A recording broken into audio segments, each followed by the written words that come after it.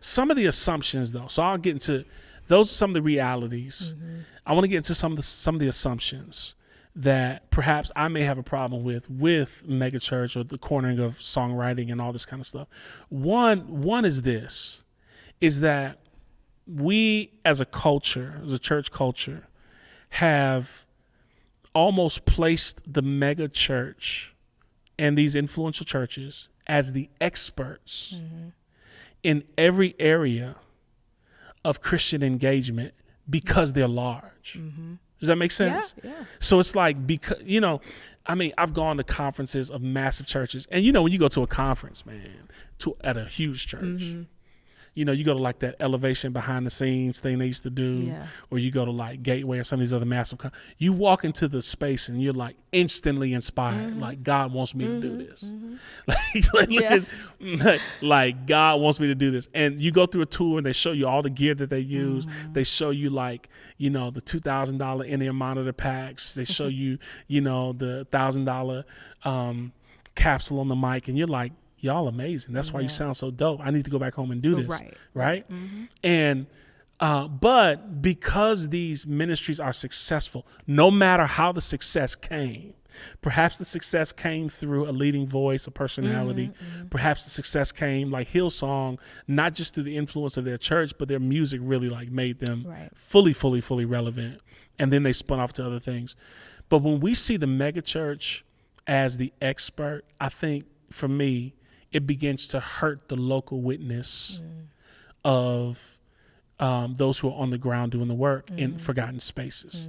And let's relate this to songwriters, for instance. Yeah. So most people look at a Phil Wickham or a Hillsong or Bethel, whatever the case, and say, because they are so popular, because they're so good, and I'm not saying they're not, because they are, but because they are so massively relevant, and because so many people actually listen and sing their music, they are the experts in songwriting. They are the ones. Yeah.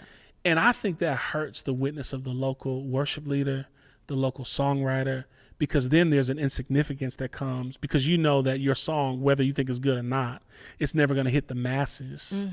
But there's this play in there. You know what I'm saying? What's your thoughts on that? I mean, for sure. I mean, God He's doing, who knows better, like, what your church needs to hear in this season than somebody in the congregation. You know what I'm saying? Like, and that's why I believe, like, everybody should be writing. You know what I'm saying? Right. Every church should be writing because you're sitting there. You know what God is doing. You know what people need to hear and what they're going to be blessed by. You know what I'm saying? And so you're going and snatching this song from some big conference or something.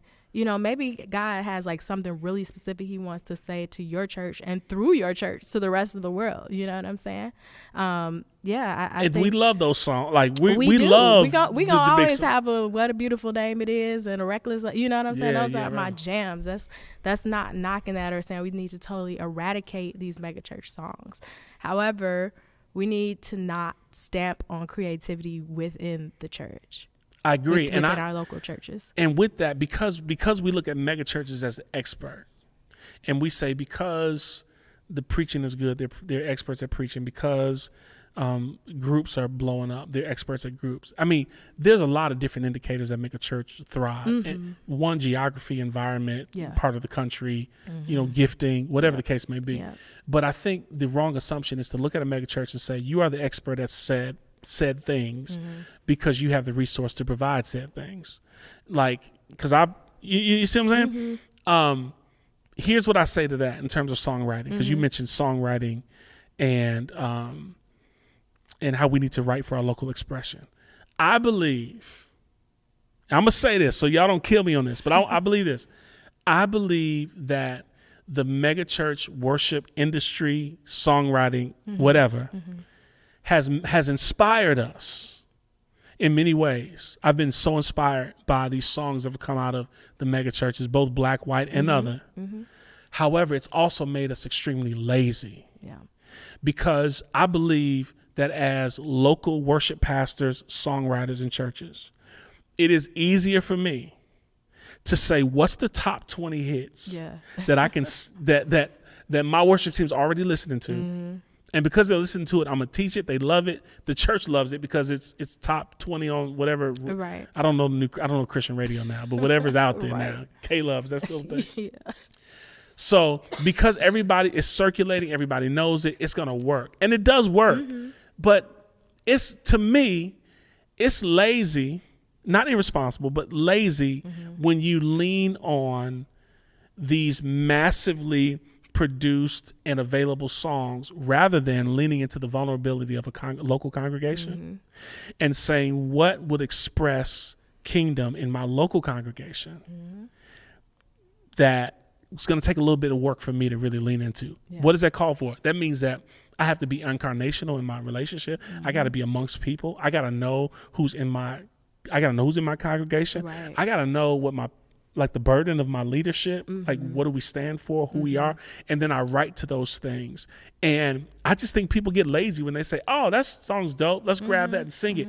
Because if you fire that song up, most times, everybody's going to jump in and sing it. Oh, yeah. However, if you've written a song for your congregation and it's going to take a little time to digest. Oh, yeah. They just going to look at me the first time. This gonna look at you a little bit. Okay, I got to digest. This wasn't okay, love. Like, where'd this come from? Yeah. You know what I mean? And it takes a little time to digest the sincerity of those words for a local congregation. Then I think a lot of people take the easier route. Yeah. Which is just grab a song. And I won't do this again, but I'm going to give a disclaimer here. We love these songs. However, I feel like sometimes it does not empower local songwriters to be faithful to local geography and local place and local incarnational church and ecclesiology.